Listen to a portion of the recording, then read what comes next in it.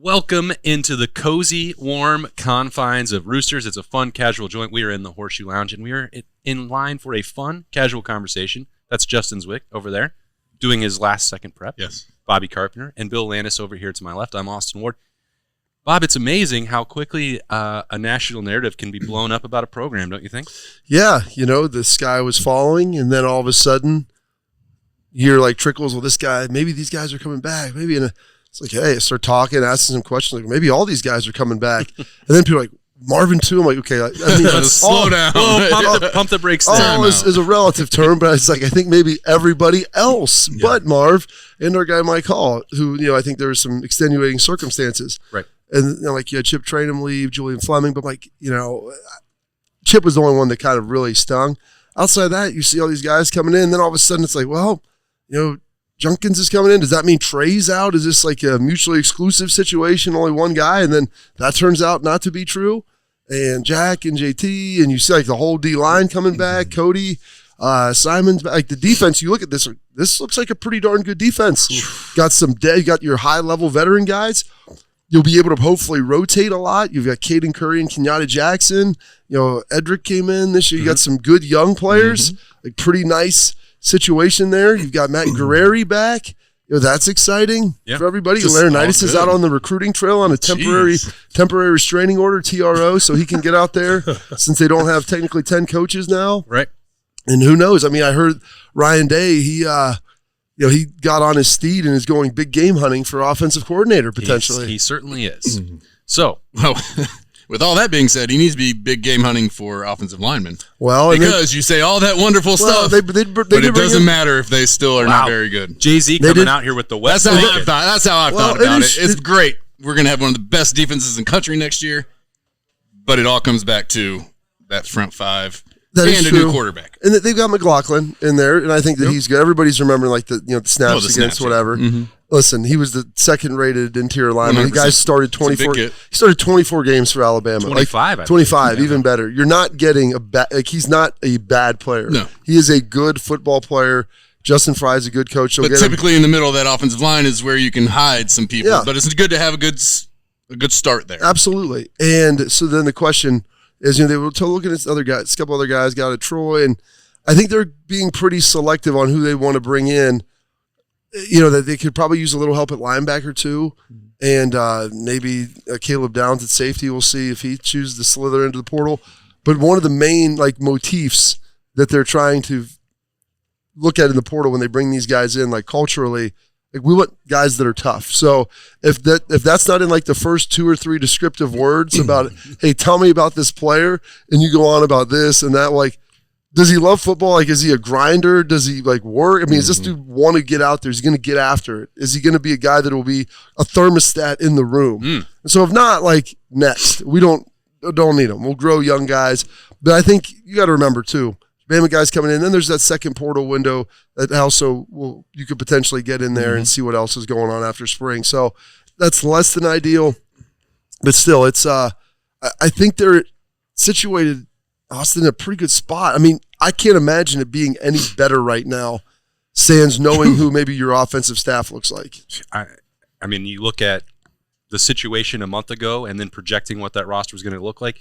When I bring up that... Oh, by the way, Noah Rogers slithered. Came right back. Bryce Rogers, sorry. Yeah. He's back. So Rogers, one of them. Yeah. He beamed back out of the portal and back into the Woody Hayes Athletic Center, so you can add one more positive for the Buckeyes there. But it was hard a month ago at this time. You understand that there had to be attrition, Bill, in the transfer portal for them to manage the roster. That part of it, oh no, people don't want to be part of this. They don't believe in Ryan Day. That part was easy to brush aside. That's not the case. They were stung, as Bob said, by Chip Trainum a little bit. You lose Julian Fleming. You lost your starting quarterback. That stung a little bit. And certainly the Kyle McCord situation brought a lot of turbulence and changed the plans for what they were doing. But if you were projecting that forward and okay, well, how many of these guys who are actual veteran contributors who could go to the NFL draft, they're going to be the ones that determine whether that culture is strong or not. Yeah. And it certainly seems like they answered in the affirmative. Yeah, they sure did. I'm not – this is the way of the world now, right? Especially for a team like Ohio State that isn't super aggressive and like running guys off, that means every couple of years they're going to have. What does that mean? You mean teams do that? Explain to me a little more about this, Bill. The running guys off situation. Just telling them they're not good enough to play here. And then they can make up their own minds. And then they can do whatever. Average players want to be left alone. Good players want to be coached. Great players want to be told the truth. I guess so. I think there's the fan base actually. I think has wanted to see Ohio State churn its roster a little more aggressively, perhaps, than it has, and it didn't. So then it leads to one year where you have 15 end up going out in one cycle, and there'll probably be more after spring. It was kind of a COVID glut. I mean, it's like what I'm getting at is like none of that was ever alarming to me. Like Noah Rogers going into the portal was kind of a bummer because I thought he was going to be a really good player here, and now I think he'll be a really good one at NC State. And the Kyle McCord thing was weird, but also like kind of a special circumstance that I don't know that you worry about that happening, losing your starting quarterback to the portal year after year after year like that. I mean, if they do, then we'll talk about it. But I'm not worried about that. So, anyone who was out there thinking that like this exodus of a lot of young players or veteran players who I think's roles were going to change had they come back was any kind of sign of Ohio State's Ohio State having a poor culture or people not being brought in here, I think was just the wrong read from the jump. But it's hard for us, I think, to explain that. It's easier for us now to just point at everyone that's come back and say, like, see, like, this is what we're talking about. All right, well, let's take a look at those guys. We played this game before all the decisions were made on the podcast daily, but we didn't get to do it with Jay-Z and Bob. So our Buckeye leaves this week are going to be, what is the most impactful return from the NFL draft eligible guys? Ooh. Gosh, that's there's a lot of options. There really are, because you could go, offense, defense. Do you go guy that maybe had the highest upside, impactful offensive skill position, maybe a culture guy? To me, I think there's there's going to be a lot of good options for a variety of reasons. People lament the fact that maybe there's not more Ohio guys on the roster now, and I think that's a function of quality of players in Ohio. I mean, you've got to continue to grow that and continue to develop it. I want to get great players. I want as many Ohio guys as I can get, believe me. I mean, on this roster, I think that's important to have. And because of that, like, I'll probably go with Jack Sawyer, a guy who was one of the top players in his class coming in. It's kind of maybe underperformed production-wise. He's been very good as far as playing, just maybe hasn't had the numbers. Picked that up a lot at the end of the season, most notably the Cotton Bowl, but started playing much better, had more production towards the end of the year. But he's a local guy. He's a Pickerington kid. And he was kind of one of the first guys, I think, to get in there and be like, hey, I'm coming back. And I think, whether the announcement was out there or not, I think it was kind of known amongst his teammates that he was certainly pushing that. Yes, I was going to be returning. Who wants to come with me? Like this is something we can do together. And when, like I said, being an Ohio guy, like if he leaves, it's like, I mean, like, you can't even get a guy from Pickerington to and it's not a bad thing, but like, there's that narrative. It's one thing when you see a guy from out of state come and in here 3 years and then go, but a guy that grew up a Buckeye, wanted to be here, and has no gold pants, doesn't have a Big Ten championship. Like, if those things mean something to people from Ohio, like we think that they do, him leaving, I think, would have stung probably a little more than maybe anyone else. Yeah, it's interesting, Bob. He's got a chance. You talked about the production. Comes back. If he leads the team in sacks again next year, he would do that 3 years in a row. Now, doing that with 4.5, 5, 6 this year, that's not what anybody wants. But if you take that growth track, like next year, 9, 10, 11, like that's a really good year. Mm-hmm. Jay-Z? Has he really led him the last 2 years? Yeah, that's wild. I bet the guy that lead the team in sacks 3 years in a row last. I don't know that it's. Goodness, has anybody stayed around for 3 years to do it? Yeah, because it might be Vrabel. Vrabel, I think, had like almost 12 a year for his sophomore, junior, senior year. So he has like 35, 36. So, but Finkus may have got him 1 year. I don't know. But that would probably it, because I don't know if any of those other guys, the Bosa's young, Chase, their freshman year, even Joey, who played a ton, they had, Sam Hubbard. You had other really good players around there, Tyquan Lewis, that were probably gobbling up some of those as well. He also gobbled up a Defensive Lineman of the Year award. There you go. I think we're going to have to look into that one. Yeah, check it. Put our research team on it. Yeah, there you go. I like that. I'm going to stick on the defensive line. Tyleek Williams was one that I thought was amazing last year. I thought he was a nice stopper in the middle there. I mean, Mike Hall was great in spurts, but I thought he just gave you much more throughout the every game. Mm-hmm. He was just somebody that you could rely on. And I'm going to go to the offensive side. I think Trey coming back is huge. Now, not that we don't have a recruit coming in, or, transfer coming in, or we don't have guys behind him, but we did lose Chip. We lost Evan Pryor. Lost Mayan Williams. Yeah, lost Mayan Williams. So we lost guys who have played significant amount in big games for us here this past year or two. And, him coming back, showing what he was able to do when he was healthy towards the end of the year was a shot in the arm for this offense. Having him come back and be that guy, he's going to be the guy. It's a home run hitter, man. I mean, he is. And so I think that's huge for this offense. New quarterback always likes to have a good running game. You have your star back there, and then you bring in another guy who's going to complement him. I think that's going to be huge for this offense. And, I always think run blocking is easier for these guys up front to kind of just get their hands in the dirt and get after it. I think those two guys are going to be nice running behind that offensive line. I think I said Tyleek the last time we did this. Mm-hmm. So I'll change my answer. I'll say Emeka Ibuka. Mm-hmm. I was worried is probably the wrong word, but curious about what might happen at that receiver room if it just totally turned over and it was basically a bunch of young guys. So now having Emeka back to kind of be the leader of that group that's like super talented, but you just want someone to kind of set the example of what it means that like to work to be a star receiver at Ohio State, and Emeka can do that for them. I think it'll help Will Howard to have like another older guy just on the offense. Travion fits into that too, a couple of the offensive linemen, but there was going to be a weird dynamic there with like a handful of much older players trying to lead an offense that has, not an insignificant number of sophomores and perhaps even freshmen if you want to include Jeremiah Smith to try to take the offense to the next level. And I just think it helps to have more guys like Emeka to kind of bridge that gap a little bit. And then also he's a first-round talent, obviously. So everything he gives you off the field, I think probably tends to get overlooked because of how talented he is. And I know that he's going to put in the work to come back and have a much better season than he had this past year. And being healthy is a major part of that. But all the intangible stuff, like his maturity, his professional, I think, approach to just getting better every day, I think is going to be really beneficial for not only the young receivers, but for anyone on the offense who's now stepping up into a larger role. The new quarterback is going to be coming in, and he can kind of give that quarterback an idea. Hey, I know what you're going through. I've been around. I've seen some things, and this is what our guys are going to be being taught, and this is how it affects you, and that sort of thing. So I thought about him as well. I think that is big. I also took Tyleek Williams the last time that we did this, and I still think that's probably it, given the loss of Mike Hall, the importance of moving the line of scrimmage there at defensive tackle. He was probably the best defensive lineman last year. Yeah, and look, Ty Hamilton graded out at a very high level too. Like putting those guys back together is a significant tandem, but that's four. That's like all four of your front. Yeah, that's pretty impressive. They have a starting defensive line coming back, and you should not dismiss that. And I think you brought this up, Bob, with the ability to add in year 3 of Kenyatta Jackson and Caden Curry. Like you have everything you need at that level. You have, for the most part, I think everything you need at the second level. You could maybe add another linebacker if something maybe works add out. Sonny Styles. But the reason you may be able to move Sonny Styles was contingent on Lathan Ransom returning to Ohio State.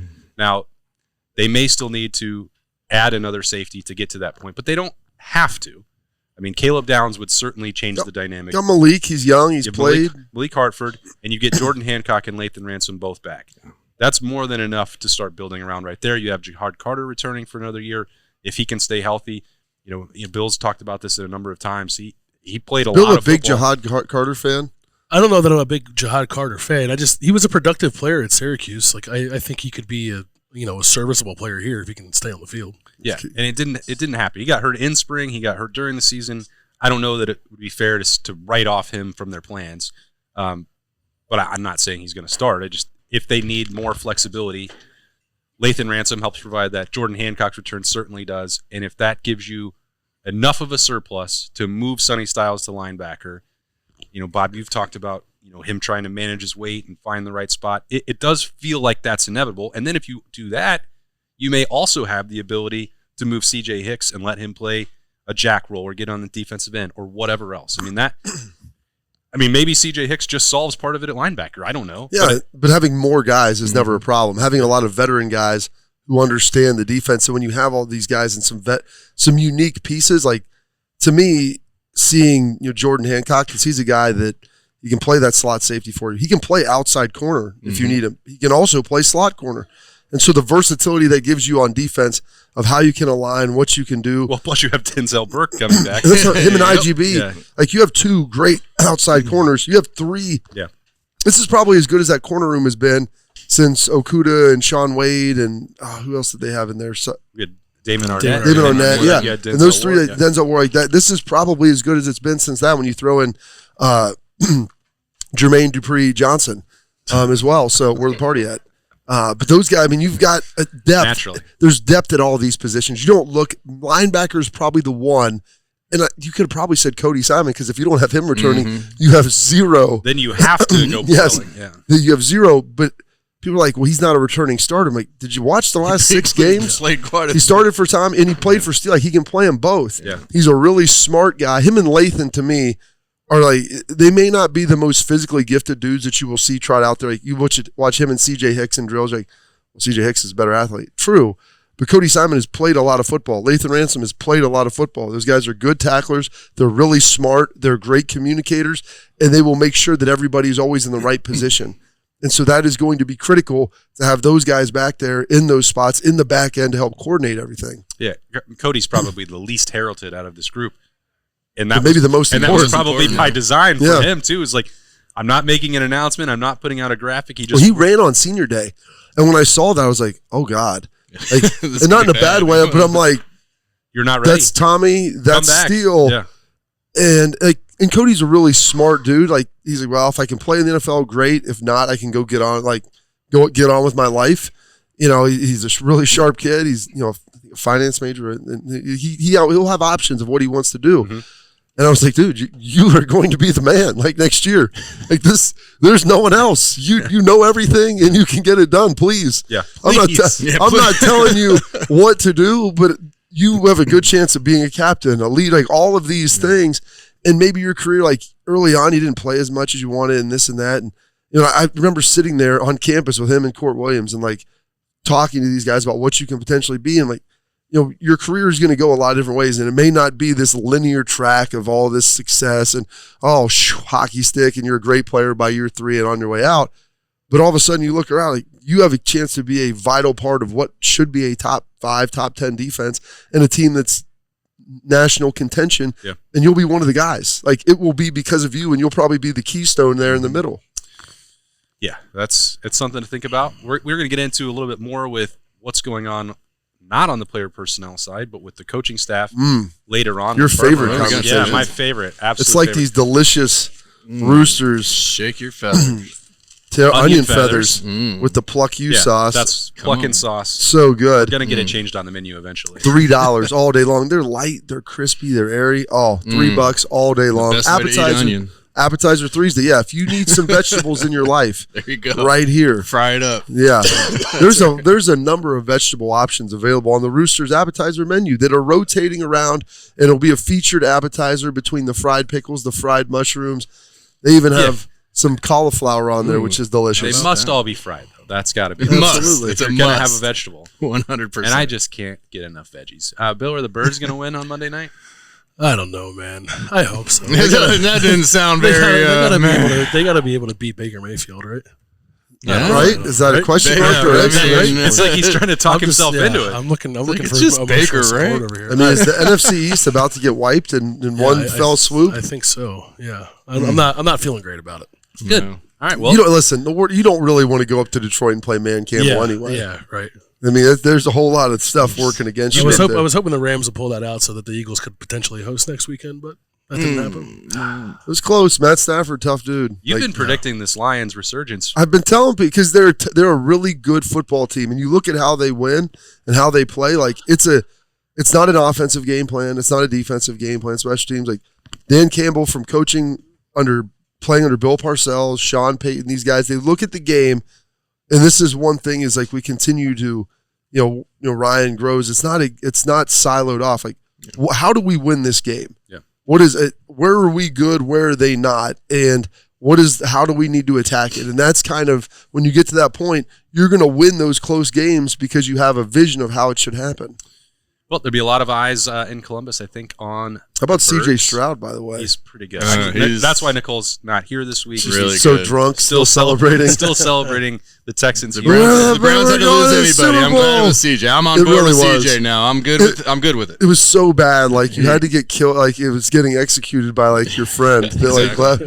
CJ. You know, and I told my buddies before the game, like, CJ's about to go off. He's going to carve him. I'm like, I know he is. My dad said, and it's hard not to enjoy it and watch it. I mean, he's a great kid, and he's doing amazing things. Hey, first rookie to ever lead the NFL in yards per game and touchdown to interception. Incredible. ratio. And youngest ever to win a playoff game, I believe I heard as well. So, I mean, Will Howard's got it. Nicole big missing shoes on to her fill. opportunity I'll tell you what. to come talk trash to JC. I can't even say it. I won't even say anything. Is the You biggest can't even good for understand her. her. She's slurring so bad. best opportunity that's out there. We're going to take a break and talk a lot more about the Ohio State Buckeyes when we come back in here to Roosters in the Horseshoe Lounge. It's a fun, casual joint. Roosters has been so fortunate. We just want to be able to give some of that back to the community. They donate to organizations that are near and dear to their heart, and we're so fortunate to have been with Roosters now for a long time. They will always go above and beyond to help support our foundation to further help veterans. It's just a wonderful feeling to know that Roosters supports the Buckeye Cruise for Cancer. All the folks at Roosters are just genuinely kind folks, and they want to make a difference. Thank you, Roosters Foundation. Thank you, Roosters. Thank you, Roosters. Thank you, Roosters Foundation. Welcome back into the Horseshoe Lounge. Berm is here. Berm. Good You afternoon. made it. Good afternoon. Mike Vrabel led Ohio State in sacks in 94 and 95, but Not Andy in Katzenmoyer had 12 and 96. Really? The cat. So, because Mike had to have a 10 or He had 11. 9 as a senior. 9. So he had 13 in 94, 12 in 95, 9 as a senior. Gosh, really disappointed. Let down as a senior So year. that's as far back as that did you research check? went. Yeah, did you check or did we go full time? Well, he was because he's the all-time sack leader. Yes, so he was my 36, right. 36. So I was like, about 12 years seems like a pretty good number. But he played as a freshman, so Yeah. Process of elimination. It almost has to be somebody in the top. I don't think it's 5. ever happened. I don't think there is that person. If doesn't it's not exist. Vrabel, then there's probably hasn't been. I mean, maybe we go back to the 40s or 50s. Well, they didn't have sacks. They didn't Sacks have didn't sacks. count, They so- didn't throw the ball, so there were no sacks. So You led with 1 sack. I don't think anyone's ever led them in sacks 3 years in a row. Okay. Wow. So and Katzenmoyer was just like a heat-seeking missile as a freshman. It was just Let him go. go See ball, go get ball. The opportunity is there for Jack 12 Sawyer. sacks as a freshman for him. Who do you think is the most impactful returnee? 12 Berm? as a Did you freshman actually at linebacker. say Lathan Ransom? Because I that's did. the answer. I did say Lathan. That's Ransom. the We answer. talked about Lathan, yes. I mean, I know that I heard you like spitballing it. Spitooning. You were working around Okay. it. Uh-huh. You Drunk were, Berm? you were a little bit. That's what happened. That's what happened. Michiganers are still partying from last It's night's the win. Lions. Lathan Ransom's the answer. Number one, he's a guy that's coming back for his 5th year. Like he was not a player that, of all the discussions you had throughout the season, it was like, oh, well, maybe these guys could. Lathan was never a guy that you're like, well, he could come back because it was going to be year 5. He's played for 4 years. He's been a leader for 4 years. Like he's been a contributor. Broke for his that leg long. in there. Like there was no explanation. There was no real expectation that he would be one of the guys. I didn't know he could. Yeah, I mean, well, it's the beauty of COVID, I mean, man. everybody could come back. That's couldn't the they? beauty of That's COVID. the Just beauty. saying, I saw a like 7th-year that. guy going That somewhere. should be a segment for you. The beauty of Yeah. COVID. You point out all the positives, Berm, of COVID. And then there's the downside, like Casey Thompson returning to Oklahoma for his 7th year of college football. Yeah, that's who I saw. So Lathan's the answer The downside for who? for Casey Thompson. For any quarterback on that roster, it's For- like, man, I almost for- had my chance, and for they bring any- this 7th-year If guy you don't in. have to get For a a high real school job, for a high school Yeah, I know, quarterback right? who's trying to be recruited, that's the downside. Van Wilder playing that's so quarterback sad. over here. I don't know. I think these two would have signed up for a couple extra I years would've and some stayed. NIL bucks. I don't think so. Well, maybe not Bob. Bob, Jay-Z. I would have stayed. Jay-Z would have been using that I extra told year. You Like, still have yeah. eligibility. Just You got your COVID year, tell bud. him it's COVID. No, but the answer is Lathan Ransom. I mean, and if you're talking offensively, I think Travion Henderson, because just what he provides for the offense and what it means for the offense heading into next year. Yeah. I think you have an argument there because he changes the way everything can run next year because you don't want to have to rely on Quinshon Judkins for 350 carries next season. He doesn't want to rely on Right, himself. he didn't for want think that. not, So yeah. it would have changed the calculus a lot, I think, if Travion would have changed his mind and headed off to the NFL. Lane was not very happy that he left either. Well, That maybe was a Lane weird- should have some designated weird- some resources to his current Yeah, roster and not just everyone else. He was out window shopping and forgot the about character his guy. assassination that was basically being Yeah, levied on him. levied by Ole Miss's football staff was a little bit surprising. But what you mean when they might talk to a national writer and be like, "Oh, it's going to be a cold market for Quinshon Judkins"? Yeah, I mean, because nobody wants a two-time for nobody wants an SEC ran the ball too much here for people to like 31 rushing touchdowns. Who would want that? By the way, a guy not at Alabama, or Georgia, so you know that he doesn't have the best off. Ole Miss is good, but it wasn't like he had these massive holes to run through. Did you see even like there was a graphic put out by Ole Miss about one of their other returning running backs who averaged like 5.7 yards a carry this year, and Kiffin was like 5.7. Like it's very weird, and I consider myself at the top of the Lane top Kiffin of the weirdness fan club. I love Lane Kiffin. I wish he would stop. I love the I Lane do. I enjoy his weirdness. I enjoy him. His troll game is like fantastic, and I think it's amazing.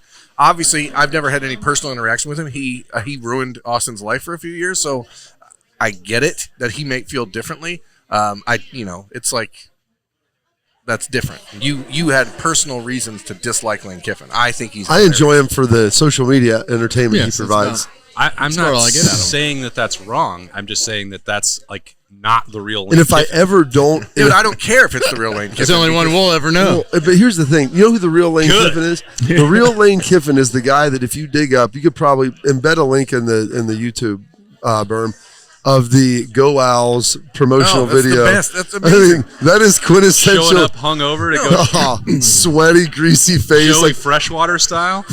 Wrinkled shirt. They had to dub some birds chirping in the background to bring up the positivity. What's Tom Cruise's character in Mission Impossible? Ethan Hunt. That's not the real Tom Cruise. Okay, I don't like the real Tom Cruise. Yes, I have no reason. He does a lot of his own stunts too. Definitely the same thing. I do like Mission Impossible, and so if that's Lane Kiffin as Ethan Hunt, I'm cool with it. I can assure you it's not. That's what I don't care, though. I don't care because he's Ethan Hunt to me. You can't take. What about Mike? That Mike Hunt is a great person. That's Ethan's brother. Makes sense. Just like Mike Hawk is AJ's brother. Dad, cousin, nephew, all the same. All the same. None of his boys tried to get him to do that. Point is, somebody posted on Friday a bunch of Knoxville media. It's like, this is the X year anniversary of the worst night of all time. I think it was 14 years since Lane bolted 13 years. To go to USC? To go to USC. Was he there 1 year, He was there 1 year. And he got fired on the tarmac, right? No, that was USC. He left Tennessee to go to USC. In the middle of the night with Art Modell. And called a press conference. And that's what everyone remembers, the video, the photos of that room, because it was a madhouse.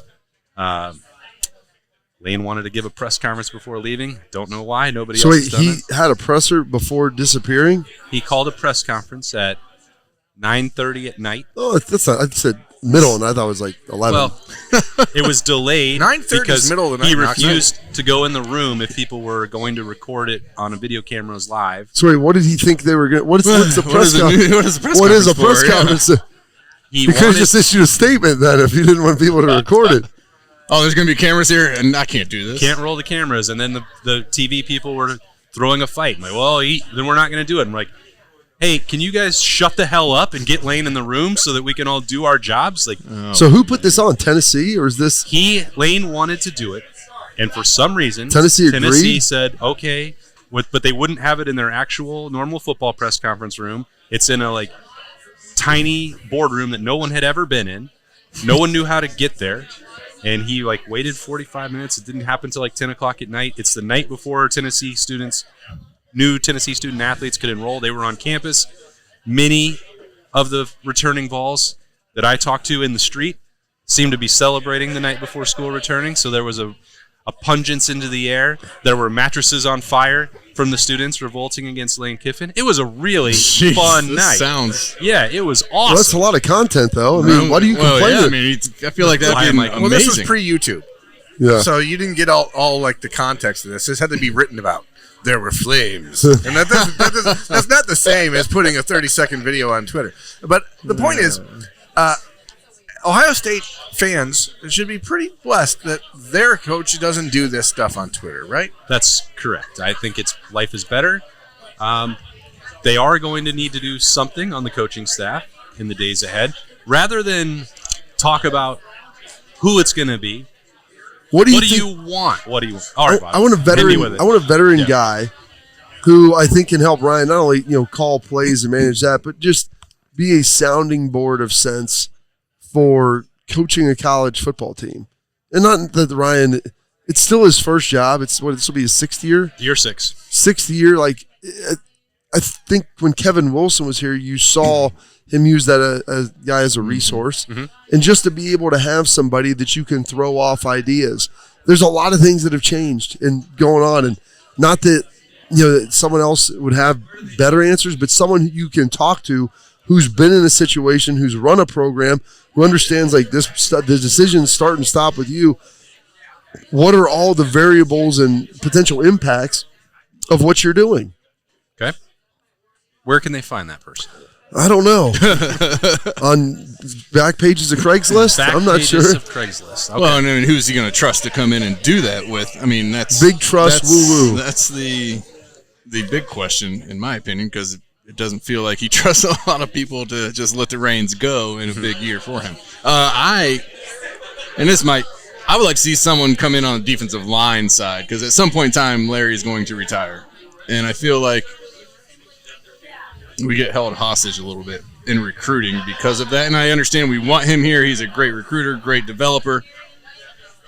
But sooner or later, it's going to happen. I mean, we just saw a bunch of old-time coaches go down this past weekend. Yep. Maybe they're not done coaching forever, but, changes have been made and this and that. So. And no, Mike Vrabel is not returning. No, I'm not even saying anything like that. That's what Jay-Z said he's going to be the second defensive line coach. I'm just making sure that there's no head coach, I thought. No confusion about that. No, okay. I'm not even – that's not even in my mind. I just think at some point in time, each year, the last couple of years, we've heard rumblings of, well, this needs to happen, or recruits don't want to come here because of this or that. Like, it's sooner or later you got to rip the Band-Aid off and know what's going to happen, right? And have a plan. So I wouldn't mind something like that. Transitioning, it doesn't have to be next year, maybe 2 years. Who knows? Yeah, if they can work it with the staff. Yeah, the transition can take a while. You get on some blockers before you make the full jump over to the top. It could be more of a slow process. Yeah, slow process. I don't think it can be slow at this point because of the things that you're talking about. I think that you want to get full surgery, go for the knife right away. I think that the goal is to bring in that second defensive line coach and aggressively treat a transition plan and target a big name to do that. What a beautiful thing, though, right? Nick Saban, 3 weeks ago, talking to Edric Houston, 5-star signee for Ohio State. You shouldn't go to Ohio State. Larry Johnson's going to retire. Like, that is unbelievable, the gall of these people. I don't think he knew that he was going to retire at that point. I don't care. He knew he was going to retire at some point. He's older than Larry Johnson. He knew he was older than Larry Johnson. But he eats oatmeal cream pies. Unbelievable. Like 2 of them a day, right? To help keep me strong. Keep him going. Unbelievable. There has to be a transition plan in place for Ohio State. And that's the beauty of right now. There is still an opening on the staff, and that opening is not likely to be filled by the offensive coordinator. So whoever that offensive coordinator is going to come in and be a separate conversation with the current existing offensive staff, I would imagine. I think Bob, what you bring up is right. You need someone that's going to be that pushback voice, someone that's going to say, Ryan, this is actually not the right decision at this point, and he needs to accept that. Mm-hmm. I don't know that he ever really wants to do that, but I think it's easier looking ahead because he's acknowledged that his role needs to change. And I think he's much more committed to that now than he was a year ago. So it may not even be as much pushing back against someone as just saying, I'm trusting you to do this, do it right. Just go do it. Now, to your point, he is not the world's most trusting person, right? Like it requires someone that he has worked with. When you don't have like a broad net of people he's worked with, he doesn't have years and years. That's an issue that he has to deal with as a 60 or 44-year-old head coach. I think there's also the extra component where you need someone that is going to be able to help mold Brian Hartline into a future head coach as well. Because if we're talking succession plans at Ohio State, like I think that we're still in a world where Brian Hartline needs to be considered like, okay, groomed to get ready for that opportunity down the road, because that's why he's here now, right? What does that grooming process look like, Barry? I don't know. I assume that it's someone that Hartline works basically side by side with, because they are going to be co-offensive coordinator regardless of what the role is going to be, right? So that title is going to be there. Someone has to be able to work with Hartline, and someone that Hartline needs to be able to grow and learn from. It sounds like, which I think is a tribute to Brian Hartline, that he talked about it in Dallas. I don't think Brian cares what his Well, not that he doesn't care. It's two things at once. He's not a big ego guy. You can have a healthy ego, and I think he has confidence. Some would say that he wants to continue rising in these ranks. He got a lot of success early on, and people were talking about him for head coaching jobs, Cincinnati, and president of the world, offensive coordinator at Miami. Lots of opportunities, and I think year one after the promotion helped him realize maybe I'm not quite ready for all the things people are trying to put on him, and that's healthy ego. That's maturity. That's importance. And he doesn't have to go anywhere because he's already making $1.5 million, and he'll have an opportunity. He doesn't have to leave his alma mater. I think all of those things are positive developments for Ohio State and for Brian Hartline, and I believe he's on board with this plan to bring in somebody else to run the offense. I don't believe it's going to be Jason Candle, despite the fact that people were out there saying, Brian Hartline was in Toledo on Friday with 3 other members of the Ohio State coaching staff when they were there doing a recruiting visit at Whitmer High School to see an offensive lineman. So they got a good one up there in Whitmer? Yeah, he's 2025. I mean, he's top, pretty much like the number one offensive lineman in the state for sure. Big priority for Ohio State. But people spotted Hartline out to dinner with Jason Candle on Friday. A candlelight dinner. Candle dinner with Coach Candle. He is a legitimate candidate, but the dinner doesn't mean anything. Right. I'm not trying to say. I'm just saying these little things that people are going to cling to don't matter as much. I thought if you bought someone dinner, there's an obligation on the back end. They might have split it, though. We don't know who bought dinner. Dutch? We don't know who bought dinner. Jason Candle is the head coach in Toledo. He was also recruiting over at Whitmer High School that evening. The fact that they met at a restaurant a mile away from Whitmer High School. We'll use the term rendezvous.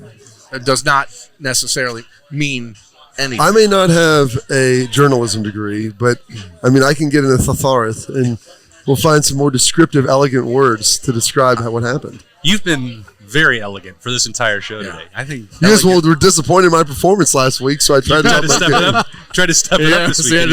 2024 is going to be a more serious year for Bob. Someone like Jason Candle is, I think, the recipe you're looking for here, though. Yes. Because Candle is a head coach. He's been head coach now for 8 years. Has he been that long? There's a lot of, but it's also an opportunity for him to take a step up. Yeah. Because there's a ceiling that you hit at Toledo, and you're either, he tried to take the offensive coordinator job at Miami a year ago that Hartline was rumored to be interested in. So I think it's who wouldn't want to work for Mario Cristobal? I think it's a win-win. Seems like a lot of people. That would be a win. That would be a win-win for both sides, I think. But I don't think that it would be him because I just think that Ryan Day has to shoot even higher than that, right? He's got to aim for something bigger that is like seismic. Really? You're going. Don't you? Don't you think? Yeah, I just don't know what that looks like. You're handing over your offense, and with it, your identity. Ryan Day is who he is. Ryan Day is the head coach at Ohio State because of his offense, because of what he brought to Ohio State offensively. To be willing to hand that to someone and say, you're in charge of this, it better be someone that he is 1,000% sure of. And the guy who sometimes loses games to Ball State every 6 months, it feels like that might not be the guy. You know what I mean? Well, I'm not saying that Jason Candle is number one on the list, and I'm not saying that Ohio State shouldn't swing for the moon so that it can land amongst the stars. What do you think? That's a great one. I really love that, Austin. It's a great quote. Jim Harbaugh is available. But my question, so we start talking about swing. Budgetary wise, what are we looking at? Didn't Gene say the checkbook's open? Go ahead and do this. He did not say that. But no, that's not accurate. You're talking about $2 million in that range. So, for somebody like Jason Candle, we know that that's appealing to him. There is some level of interest from both parties. What Berm is talking about with the bigger swing, I think that the actual preference and priority list is to try and get somebody from the NFL ranks, whether that's someone who's coaching in the Snow Globe in Buffalo today, or whether that's someone who's led the Philadelphia Eagles offense and has college experience. That's fine. I'm saying the likely dose of reality is that someone who's getting head coaching interviews in the NFL ranks is probably not going to go back and be the offensive coordinator for Ohio State. Somebody like Joe Brady, who expressed a relative disdain for recruiting and all those other things, and has, outside of 2019 with LSU and a generationally talented offense, a body of work that since then has not been overwhelming. And he might be the full-time Buffalo Bills offensive coordinator. They're probably neither one likely, in my estimation. That doesn't mean that you don't do it, which, I don't know what else. I think it's more likely that there's 70,000 names that have been mentioned, and the guy that Ryan Day actually wants hasn't been. Well, I think that might be it. Now, we were talking offline. Maybe Off that guy the line. off the line. Maybe that guy, his job might be opening up here in the next couple of days. You just don't know. I mean, maybe he just lost to the Detroit Lions or the Green Bay Packers. Sean McVay's coming here? No, the Green Bay Packers. Oh, Get big Mike McCarthy. Mike McCarthy coming in. Let's big go. Mike McCarthy. Put it down. My belief is that I've always believed that love is the answer. I believe that love will find a way. Of course you do. Jordan Love. Found a way. Here's the thing. Ryan Day, the program, we're fortunate to be around it enough that there's very few things that are tight-lipped. This is one of them. And I think if it was someone that was already a known quantity in the conversation space, it would have been confirmed / moved on. Acknowledged, to me, the fact that it hasn't just makes me believe it's someone that we're not talking about. And I think it's kind of great, to be honest, that there's this, that there is something that intrigue. You like this? That is secretive. I think I like it. I'm ready. They told us. Listen. One of the keys to media, as I've been told, is fun and drama. Oh, so this is the drama element. I'm trying to give you some of the fun. I like the fun, Bob. I don't like the drama. I want it to be neatly. You just want it to be done? I want it to be done. I think here's the other thing. The hiring of the OC and what that looks like on the trickle down of the rest of the staff and how that's comprised, I think is going to be something that could be interesting as well. That to me is the one drawback here, because the longer this goes, the harder it is to do anything else. And I think that if you were handing over the offense to someone on January 4th and you said to that person, hey, you're going to have a heavy input into who stays and who goes with the rest of the offensive staff, that's a lot easier conversation to have 3 weeks ago than it is 3 weeks from now. Because you're starting tomorrow, Tuesday starts mandatory workouts. Things start to ramp up. I think that it's less likely than it was 2 weeks ago that any other staff members outside of, I think there's going to have to be one. And so we all sort of assume it's Corey Dennis who coaches quarterbacks, and his contract is up on the 31st. I think that makes a lot of sense. So that's what I was going to ask, when that is over. It's the 31st? So, I think that's a one-for-one trade-off at this point, and I don't believe you told me as many as 5. That was a week ago. I don't think that's the case now. Just from conversations I've had over the last week, seeing what's happening with some recruiting stuff, I just don't think that these are risks you run at this juncture. Okay, last and most important piece. Caleb Downs, where are we at? He's got to go into the portal before anything can happen. Can Burn pull him into the portal? I cannot. I do not have the portal power. But a portal pulling power, I don't got it. The old triple P. The old P. If you were to handicap it today, have you called him? You talked to him? I know he's a little old. He's aged out for you, Burn. He got off the island. My gut instinct tells me that he's going to stay at Alabama. Really? That's what I think. Is that because you ate all the mac and cheese bites? Well, Liberty had some too. Yeah. No, but also, I think the interesting thing is Kalen DeVore has to hire a staff. We'll see what he does on the defensive side of the ball. The concern that I heard over the weekend was that Georgia hiring Travaris Robinson from Alabama. Now, T-Rob He's known in circles. He's known in circles. Let's just put it that way. He's a circle guy. But he also he's a circle guy. He is the guy. One of these? He is the guy that has been coaching Caleb Downs for the last year, and the Downs family did not seem to have any particular affinity for the University of Georgia the first time around in his recruitment. It's funny. There was a part of his recruitment where he had been in Athens 6 or 7 times, and the rumor was that Kirby Smart had said, you've been here so many times, you're either going to commit or you don't like it, and he didn't commit, so do the math. I think that sounds like he did like Athens if he went 7 times. I think Athens is a very likable place to be. You're obligated to do things when you're a top recruit. Oh, another obligation. Yeah. Wow. I mean, you coming go down for like- 6 or 7 Is visits. that like if someone buys you dinner? You go You better be. It's you the go implication. committing. You go places. You were like, hey, it's 35 You're minutes seen from together. home. It's what you do. Drive and pick up some cash. Right. It's You're going to the ATM. Go get that McDonald's bag. right. You're 35 minutes away from home. It's easy trip, and you go there to hang out with other recruits and all that stuff. But I don't think he was particularly fond of Georgia at the time. Now, Did he not go to that 80s bar that Zach's always raving about? I don't know. I hope not. He's only like 19. No, that's right.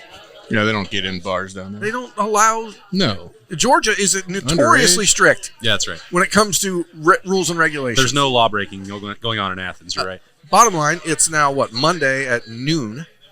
Don't give away when we're recording. He has not. He has not. This is entered live. The transfer It's the portal. live show. It says it on YouTube. He's not entered the transfer portal. It's live because we're doing it in front of all these folks, and it's loud in here. So true. sorry, that's going to bleed through the mics probably. But he's I bet not they in the already portal. know that. He's not in the portal yet. Yes. So Is today the last So day? I'm just no, trying. he's No, got he has a 26 month. He's got 25 more days. When your wow, coach okay. leaves, you have a month. Oh, okay. So you get the a Washington fresh portal window. Yeah, the Bama and Washington kids have a Gotcha. full You month, start- and now Arizona kids. and By then the way, Michigan folks in a couple days. If you could add Will Johnson and Caleb Downs to this secondary, oh boy, let's get wild. Let's get nuts. Oh, I just Berm's think just casually slipping Will Johnson into the conversation.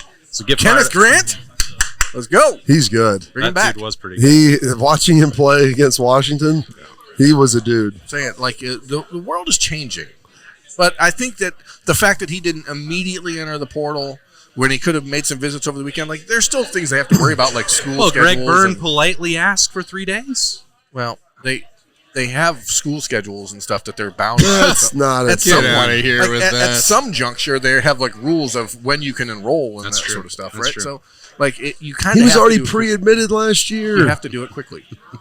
He's covered on the space. I'm just curious because I think that if you could throw him in that secondary, that Be the frees up cherry a on lot of top. Sunny Styles. Like you have a lot of depth and stuff back there.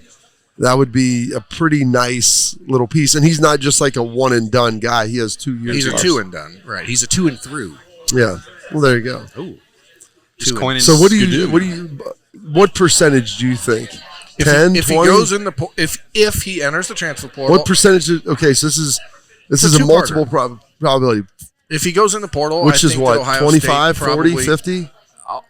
If he enters the portal, which I'm going to put it like 33%. Okay, 33%. Then I would say Ohio State is probably a 60% favorite at that point. But Georgia's going to be a problem. Georgia's Georgia for You just got done saying you didn't like Georgia. All right, so that Doesn't gives matter Ohio what State a time. 19.8% chance sure.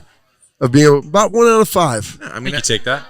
it's we can You all can get plus 400 we're all on Caleb adults. Downs to Ohio State. You do it. We're all adults here, okay? We know that conversations are occurring somehow or another through the peer-to-peer contact, etc. Do we have anybody here that's has a close relationship with Caleb Downs? Yeah, everyone that he recruited with him in Has the he- class of 2023. I mean, he visited Ohio State last November. Has 2 he weeks followed before any signing. Ohio State And players? Tim Is that the Walton, big right? thing? He's followed everyone forever, and they were all close throughout the process. That like people are, oh, look who he's following on Twitter. He's following Berm. Like he's followed me on Twitter or Instagram for 3 years. Like, Wow, humble brag. no, I'm saying like Berm sends him pictures. the photo. Hey, I got this picture of you. The family no, connection. not of him. I was in the of shower. Berm- How'd you get that, Berm? I Berm don't sends him his own no. pictures.